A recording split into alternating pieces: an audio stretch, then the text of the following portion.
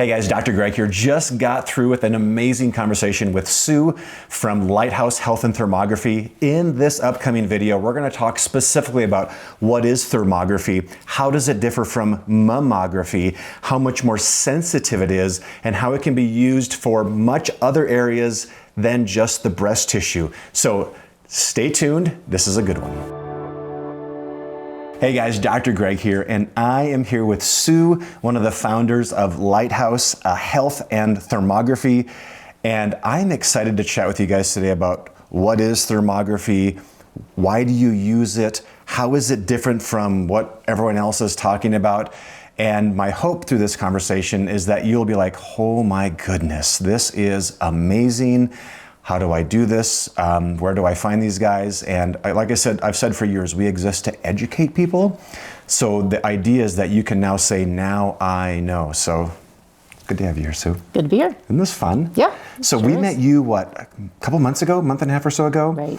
And Sue's heart is, at the time of the recording at least, so big that she has this like really expensive camera. We'll talk about the really expensive camera. And literally travels all around the Twin Cities metro to meet people where they are. So there's multiple sites, and she does that because she's so passionate about what this service offers.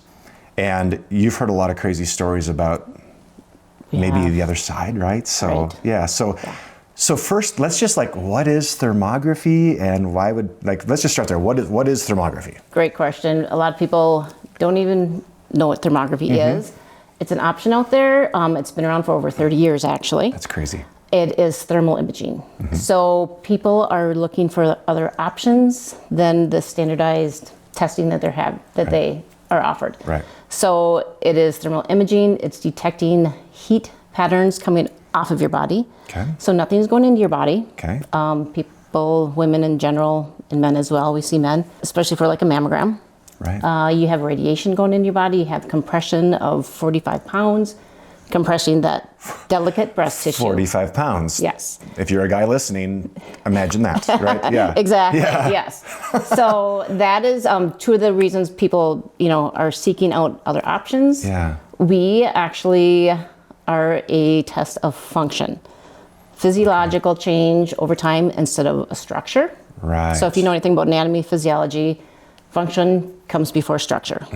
So, those yearly or those early years stages where you might not have physical symptoms yet, but inside your body you have functional changes going on. 100%. So let's have a test to see what we can do to see what may be going on, and you have those earlier years of like warning signs. options. Hey, something's going on, as opposed to, can we talk about, can we use the word mammography on this? Okay. So what mammography does is it really is asking, is it not too late, but have you progressed through all of the functional stages, and now you're in a structural stage? Correct. And it's, I don't want to use the word too late, but now it's an emergency. Now your options are limited. The big C word, right. People are right in front of them, and your options are limited. Right. And so you have to go on the defensive. Right. So totally it's not a preventative tool at all. So with thermography, let's just talk about the breast for now. Sure. You have, lymphatic changes, you have fibrocystic changes, you have vascular changes. Right. All of these things are going on, and it depends not necessarily on your age, but where you're at. Are you bearing age of, childbearing age? Are you premenopausal? Are you postmenopausal? Your breast tissue changes.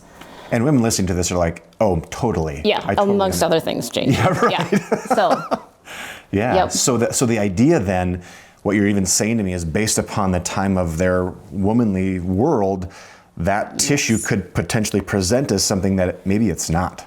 Exactly. Oh, that's scary. And actually, 70% of cysts are benign in the breasts. So, oftentimes if you do a manual exam and you feel a cyst or a lump or a bump, just be aware that 70% of them are benign and go away on their own. And what percent of those would be flagged on a mammogram, would you say? Oftentimes they'll go in for a mammogram and and that's a structure. Yes. So then they'll say this, let's go on to get an ultrasound, let's get in to get a biopsy. Yeah. Where on a thermography scan, if you have that cyst, you don't have the not thermal hot. patterns because your body isn't feeding those cells to grow.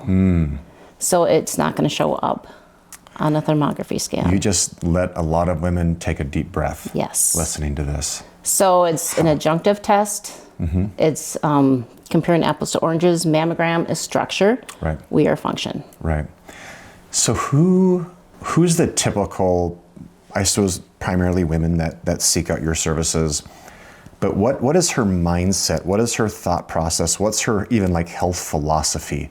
Like who resonates towards the type of work that you guys are doing? You know, a lot of women who are coming and seeking out thermography are just tired of the option, of limited options, or going in and having that radiation, 2% radiation every time you get a mammogram. Okay. 2% radiation is going into that delicate breast tissue. Yeah. So over time that builds up. There can be false positives. Yep. And it's just one of those things you're kind of led down a pathway. Are the majority of your clients people that have initially gone down the mammography route and went like, never again. If there's another option, sign me up. And we've had plenty of women going down that route. Yeah. And as well, there's, stage 0, stage 1 cancer. DCIS is not necessarily considered cancer yet. I mean, sometimes there are women who are being overdiagnosed, overly Well, the medical treated. community essentially has to be, could you imagine the conversation? Well, you had DCIS, but it's really not quite cancer, so we didn't want to concern you. And then the person's like, wait, like, but it is, or it isn't, right? So they're really trying to cover themselves. Right. And then what happens with that is overcare, overdiagnosis, fear. I think I heard one statistic that like a questionable mammogram, there's like a 300% increase in heart attacks over the next 3 days. Wow.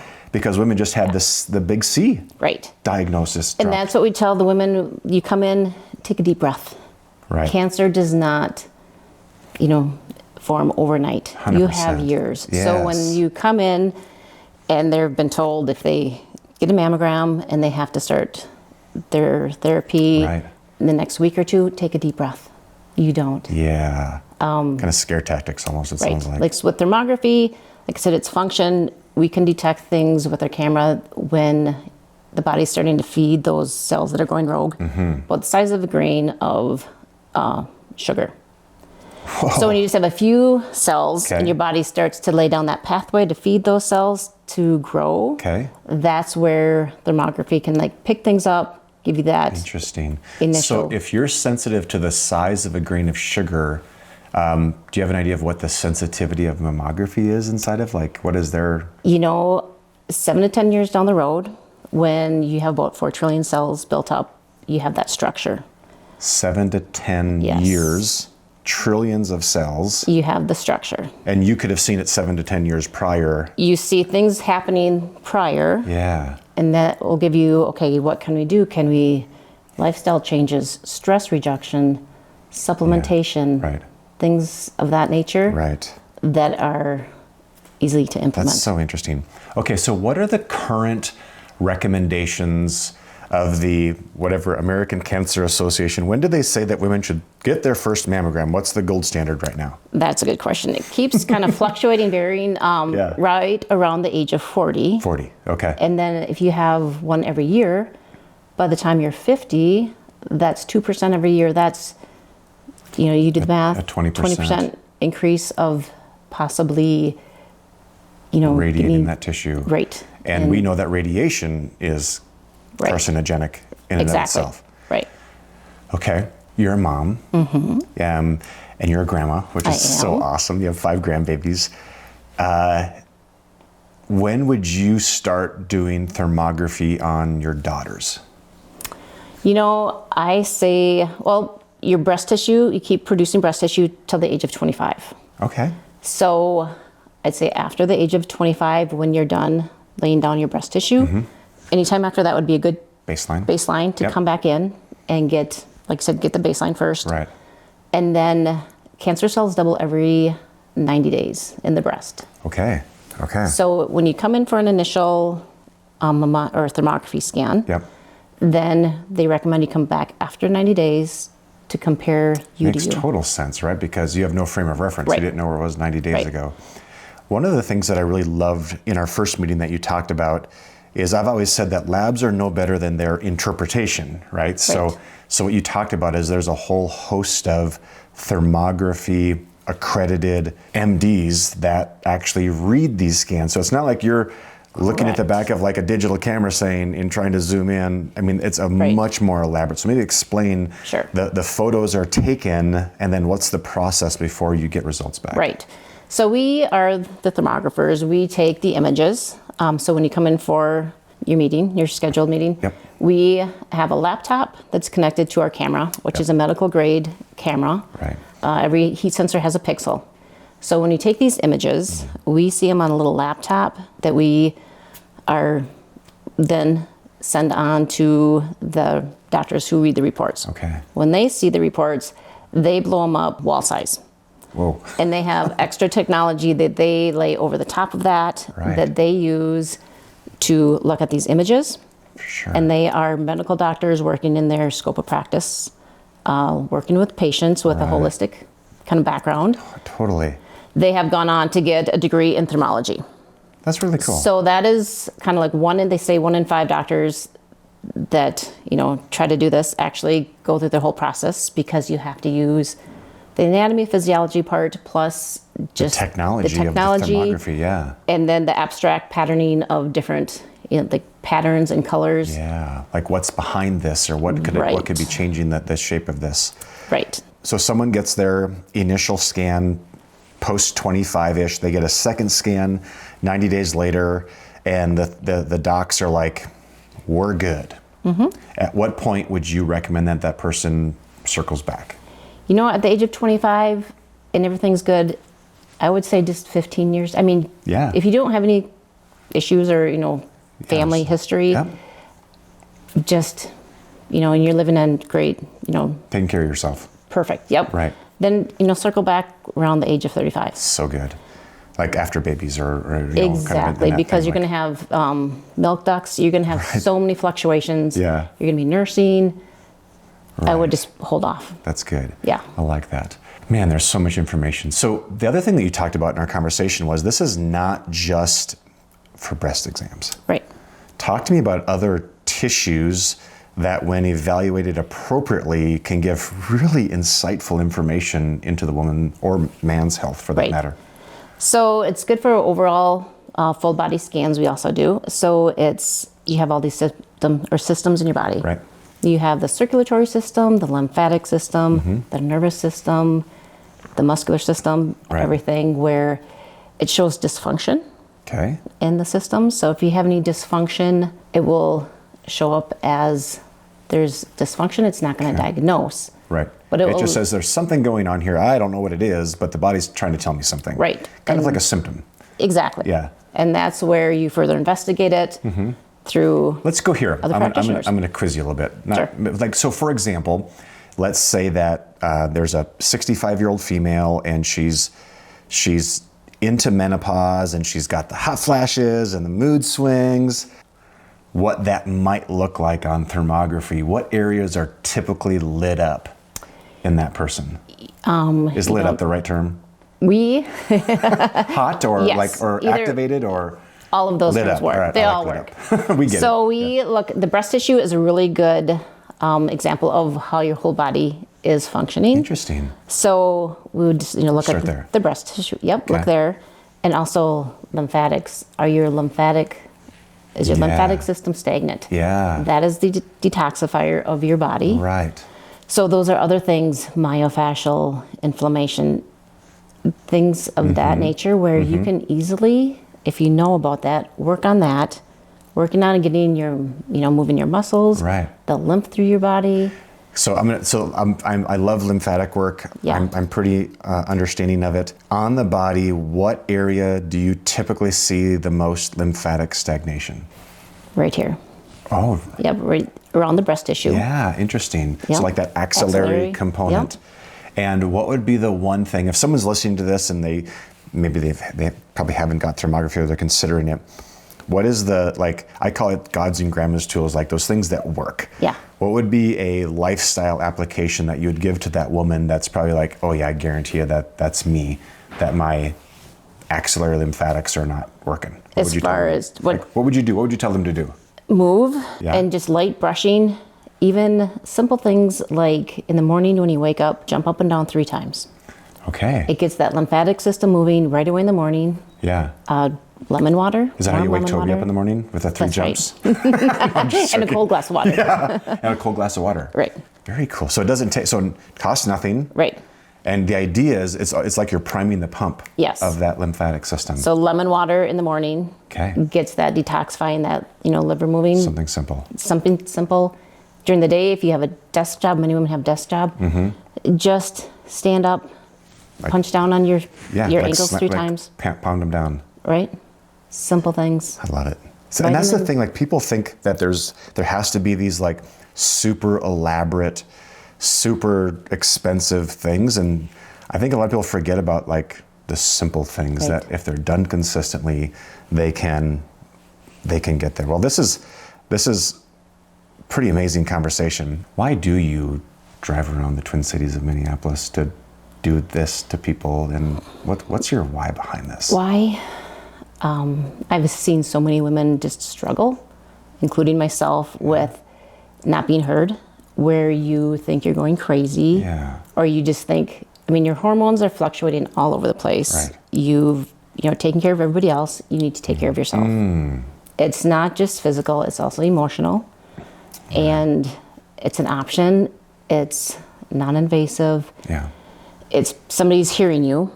Oftentimes women come to us and they're like, we're exhausted. We've been everywhere. Yeah. We don't feel normal. What's going on? Yeah. Help us out. This is a Stop picture. treating us like a patient. Right. And treat us like a person. Just don't, check it off. Yeah. But you're all unique and individual. You all have a different blueprint. Let's see what's going on. And then the next step, get you the help you need. Right. I love that. So they get the thermography, the images are sent off to the thermography credentialed physicians. Correct. A report then comes back to you, and now you come alongside the client saying, here's what we found, and here's how we would love to empower you. Because, like, for example, you're not a nutritionist, you're not a functional medicine doctor, you're not a dietitian.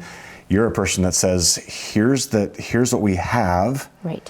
And I actually love that, respectfully, that you don't do all those things, because it doesn't make them feel like, was this just a way to get me to do this? Right. Right. So you're like, here's the data. Like it's kind of like discovery phase of being an attorney. Like we have the facts now. Right. And now we know that you should go down this avenue or that avenue. Exactly. It's like, we do what we do and we do it well. Now let's get you hooked up with the right person for your journey. When someone comes back with a hot spot or something that's lit up on that, how do you guys work through that? Because we'd hope that there would never be that, but they're there. And we talk about that. Yep. And obviously people have been taught that means red lights, like bad, bad, bad. Are you saying that I have cancer? Do I need to get my butt to an oncologist and cut this sucker out? Talk me through kind of that loving journey with that person that might have had a result that wasn't amazing. And that's where, once again, we're not diagnostic, where you have to go on to get, biopsy if you're looking at the breast tissue and so forth. And that's where I think a lot of women, the scare tactic and society in general, it's like they see something wrong, it's cancer. It's not necessarily cancer. Right. You can have something showing up. It could be something in your lymphatic system. That's just stagnant. Interesting. So if you do see something, that's where we say just take a deep breath. Do not rush into the worst case scenario. And we're wired to do that, aren't we? We are, which is not good. Crazy country road now. Let's go. So that's where just take a deep breath, look at your options, see what the next step is, and you'll realize there are other options out there that are fantastic. Right. And again, this is not an anti-medicine conversation. No. There's a time and place for for oncology, a time and place for OBGYNs. There is a time and place. The catch is, based upon all the amazing work that they're doing, and we have to be honest, they're really not moving the needle on the overall health of women in our society. Right. So, I mean, we have to just take 3 steps back and look around, and we're very complex. we are complex. and so, and that's the thing, right? We are chemical, physical, emotional, mental, spiritual beings. And a lot of women, I think if you talk with them about it, and guys, like emotional stress, I tell people stress is stress. It is. Like physical stress, like you get ran over by a car, that's physical stress. But it makes sense to the body, right? Like they're like, I got hit with a car, I broke my back, and all these things have happened ever since, right? Chemical stress, I mean, we treat a lot of Lyme and mold patients in this practice. I actually had a doctor yesterday call me from Rochester, and he's like, we lived in an RV in a pole barn for 8 months while we were building a house, and then I got bit by a tick, and my life's been different. So it makes sense, right? He had this infection, but then there's these people that have these like lifelong emotional stresses or strains, and we hear about these things, and there's a different process to that in so many cases. Right. And even like, yes, I believe in trauma, yet like there's a way to process through those things. It doesn't have to be you. You can be like, this happened to me, and I forgive that person, I forgive myself, and I've learned from it.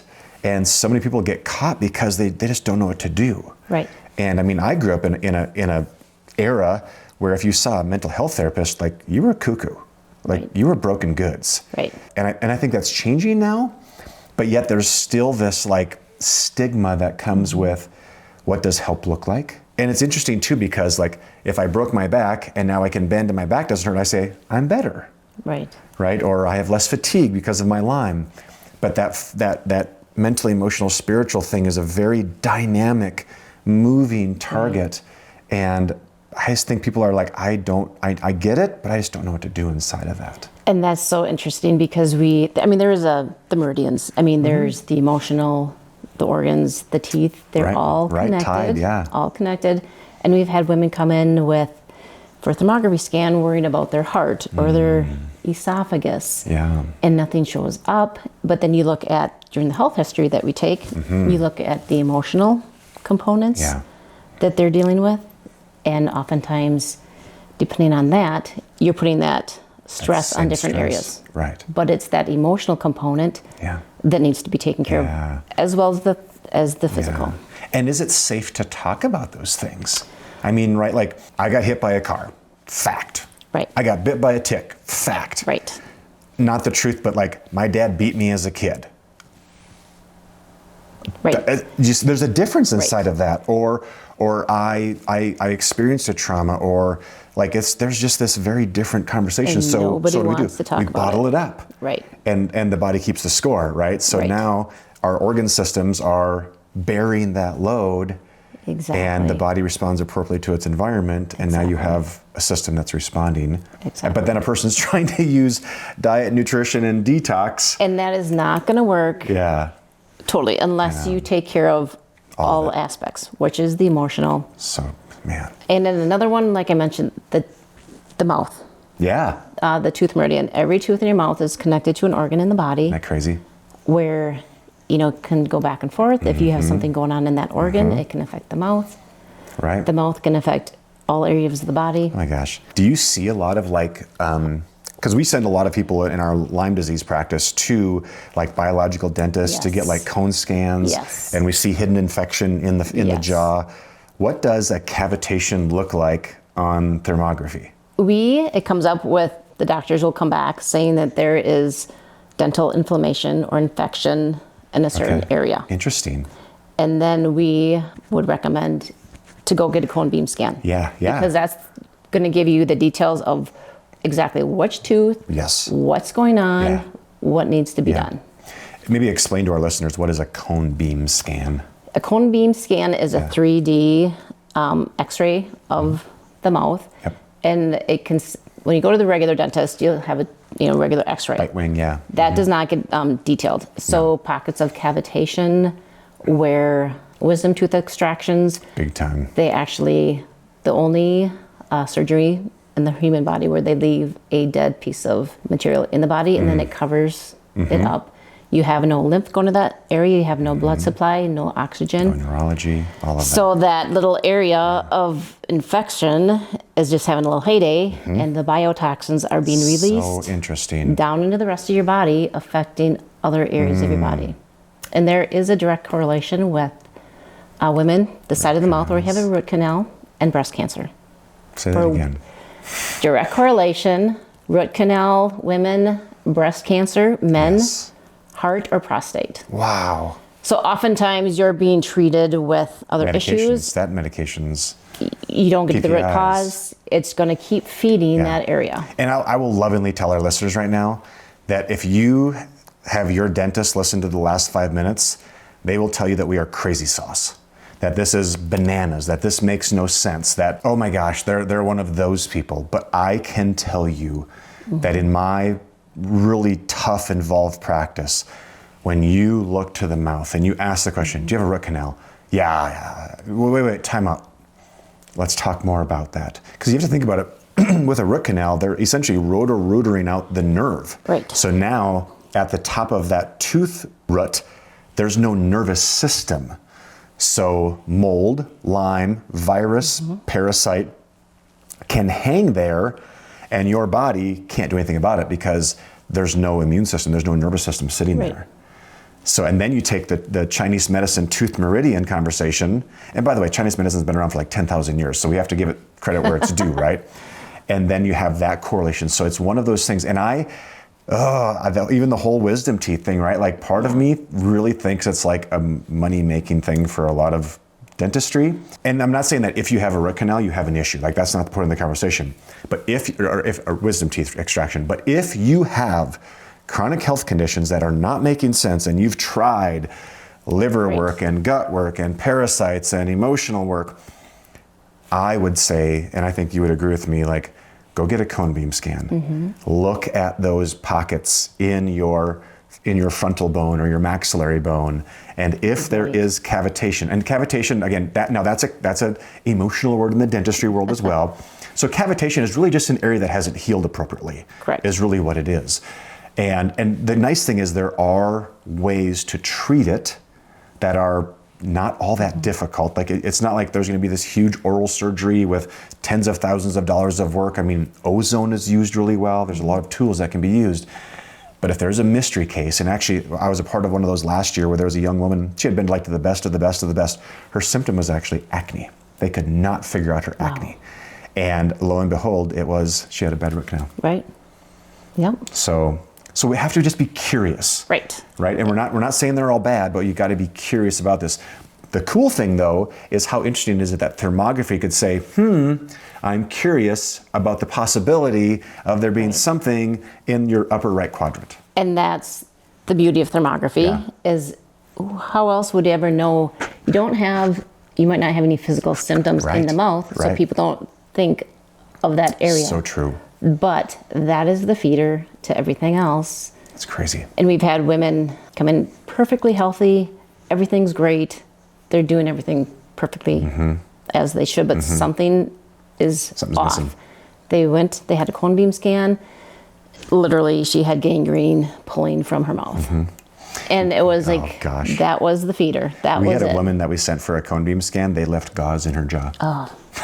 And it was gangrenous. Yeah. Come on. So she was frustrated and then she was grateful, like that quickly. So I love this conversation. What is your hope for the heart of the world of thermography, even in the Twin Cities? Like, what would you hope it to be if you could look down the road 5 years or 10 years? What's your hope of the technology? It would be wonderful if the more people that know about this and get earlier, it's that early prevention, that knowledge. And I think once you kind of know what's out there, you're just the education behind it. Just educate yourself. It's an option. And I've seen too many women go through the whole system. Where it breaks your heart. The first time we met Sue, like her eyes were like all glossed up, and she had a leak a couple times. And, my hope, if I could speak to that, I'm kind of a visionary. Is I would say that it's a part of the normal medical routine.